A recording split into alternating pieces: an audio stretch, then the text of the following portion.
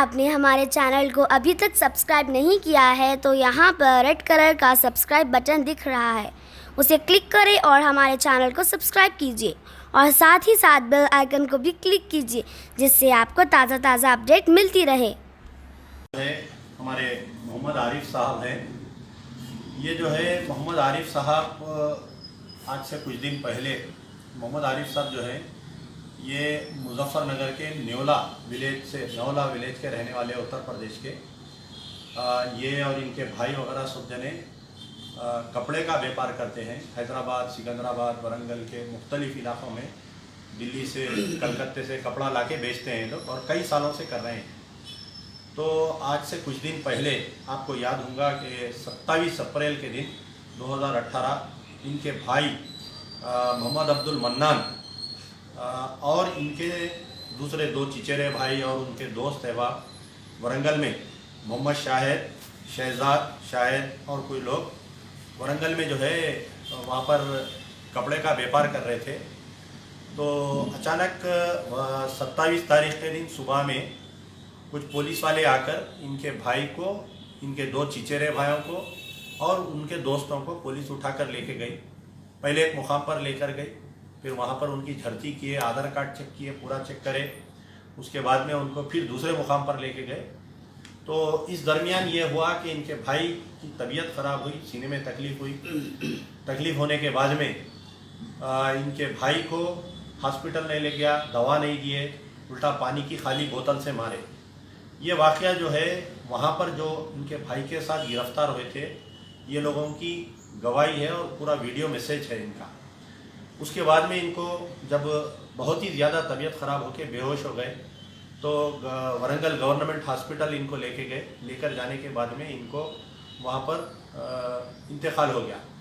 उसके बाद में जो है कि जैसे ही मुझे मालूम हुआ था, हमने मुतालबा किया कि इसकी तहक़ीक़ात की जाए। मैं व्हाट्सएप मैसेजेस हमारे के.टी. रामाराव साहब को और director general of police, IG Warangal को, इंस्पेक्टर जनरल इंटेलिजेंस को और वरंगल रेंज के आईजी को, कमिश्नर ऑफ पुलिस को हमने मैसेजेस किया। उसके बाद में एक crime number 144 of 2019 under section 174 of CRPC एक केस रजिस्टर हुआ।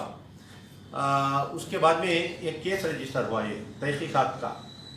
तो इनके साथ वालों को वहाँ पर जब जो इनके साथ थे इनके लोग, इनके साथ वालों से कंप्लेंट लिया गया।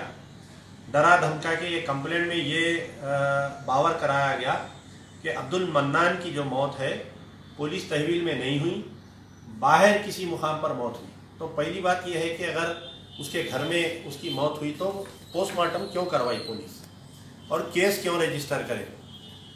अभी इनके साथ वाले जो इनके भाई वगैरह जो चिचेरे भाई है उनको 12 धमकियाँ आ रही कि अगर आप इस अब्दुल मन्नान के केस की अगर आप तहक़ीक़ात करेंगे तो हम जो है आप लोगों के ख़िलाफ़ में भी एक्शन लेंगे बोलकर।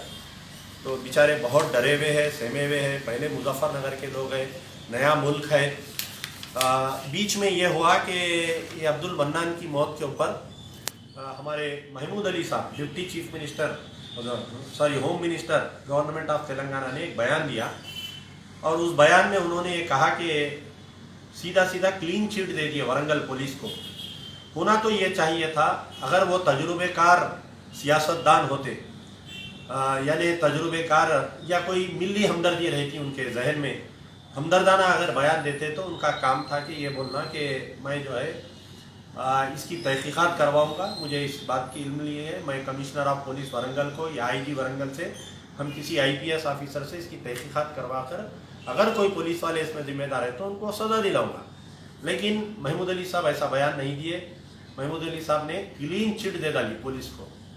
तो अब मसला ये है कि हमें हुकूमत से, KCR साहब से, KTR साहब से हम उम्मीद कर रहे थे इतनी दिनों में कि कोई बयान आएगा, लेकिन हुकूमत की तरफ से बयान नहीं आया। तो हम ये फ़ैसला कर चुके हैं कि इंशाअल्लाह उनसे बात कर रहे हैं, हो सके तो इसकी क़ानूनी लड़ाई लड़ने के लिए। आप जो है हमारे आरिफ साहब से आप सुन सकते हैं कि वाक़या क्या हुआ, बोलिए। वाक़या ये हुआ, वारंगल में तकरीबन 1.5 महीने से कारोबार कर रहे थे। 1.5 महीने के दरमियान 27 अप्रैल 2019 जैसा डेली की तरह कारोबार को निकलते थे, परमानेंट इसी तरह कारोबार को निकले और निकलने के बाद पुलिस ने उनको उठाया।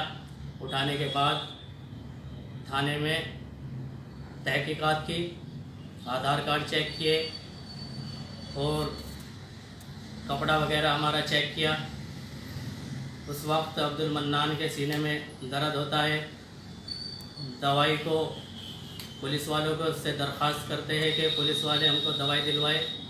पुलिस वालों ने धमका कर फिर उनको वहीं पे बिठा दिया, इधर ही बैठ जाओ, बड़े साहब आएंगे। बड़े साहब आने के बाद फिर देखेंगे। फिर कुछ देर बाद अब्दुल मन्नान पानी तलब करता है तो उनको पानी नहीं दिया जाता है और खाली बाटल उनके हाथ में दी जाती है। उसके बाद बोलिए, उसके बाद क्या हुआ? उसके बाद हॉस्पिटल हॉस्पिटल के लिए रवाना किए। हॉस्पिटल में जाने से पहले ही दम तोड़ दिया। अब्दुल मन्नान इंतकाल कर गया। इसकी पूरी तहकीकात हमको लेनी है। मैं अब्दुल मन्नान का भाई बात करता हूँ। अब्दुल मन्नान की अहलिया के बारे में बोलिए क्या? अब्दुल मन्नान की अहलिया की डिलीवरी है और इसकी एक छोटी बच्ची है, ज़िक्रा उसका नाम है। वो बहुत परेशान है, कम उम्र में ही यतीम हो गए और डिलीवरी बच्चे की शुक्रवार यानी जुम्मे के दिन अब्दुल मन्नान के इंतकाल के बाद में उनको एक लड़का पैदा हुआ, उनकी अहलिया को। तो एक अहलिया है, अब तो पैदा हुआ तो एक बच्चा है और एक मासूम बच्ची है। और इनके वालिद जो है बहुत ही ज़ईफ़ है। अल्लाह, क्या नाम है आपके वालिद साहब? अल्लाह बंदा इनके वालिद का नाम है, बहुत ही। तो हमारा मुतालिबा है कि KCR साहब से इनके भाई का मुतालिबा है कि ये लोग बहुत डरे हुए हैं। इनको, इनके साथियों को, इनको वरंगल पुलिस की तरफ से धमकियां आ रही और कुछ TRS के लीडर भी इसमें हैं। ये बात मैं बोलना वाजे करूंगा कि इनको समझा रहे हैं कि आप लोग केस मत करो, हम कुछ पैसे दिलवा देंगे। तो हमारा मुतालिबा है कि पैसों से जो है कुछ होने वाला नहीं है, जान वापिस आने वाली नहीं है। हमारा मकसद ये केस लड़ने का ये है कि वरंगल पुलिस के कई शिकायतें आए हैं। इससे पहले भी कुछ उड़ीसा के व्यापारियों को जो गैर मुस्लिम है, यहाँ मसला मुद्दा जो है हिंदू या मुसलमान का नहीं है, बल्कि पुलिस के जुल्म का हिस्सा है। पुलिस किस तरीके से वो 4 उड़ीसा वालों को भी उठाकर लेकर गई थी और उनके साथ भी बदतमीजी की, उनके भी पैसे खींच लिए। तो कोई और अब्दुल मन्नान ना बने वरंगल पुलिस की शिकायत में।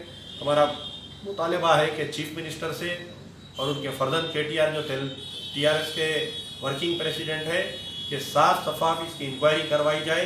हाई कोर्ट सिटिंग जज से इंक्वायरी होनी चाहिए और ये अब्दुल मन्नान की जो अहलिया है वो उसको गवर्नमेंट ऑफ तेलंगाना की तरफ से सरकारी नौकरी देनी चाहिए।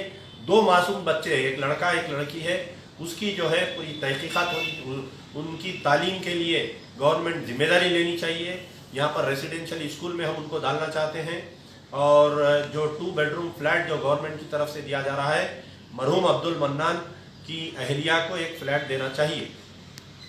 अगर आपने हमारे चैनल को अभी तक सब्सक्राइब नहीं किया है तो यहाँ पर रेड कलर का सब्सक्राइब बटन दिख रहा है, उसे क्लिक करें और हमारे चैनल को सब्सक्राइब कीजिए और साथ ही साथ बेल आइकन को भी क्लिक कीजिए, जिससे आपको ताज़ा अपडेट मिलती रहे।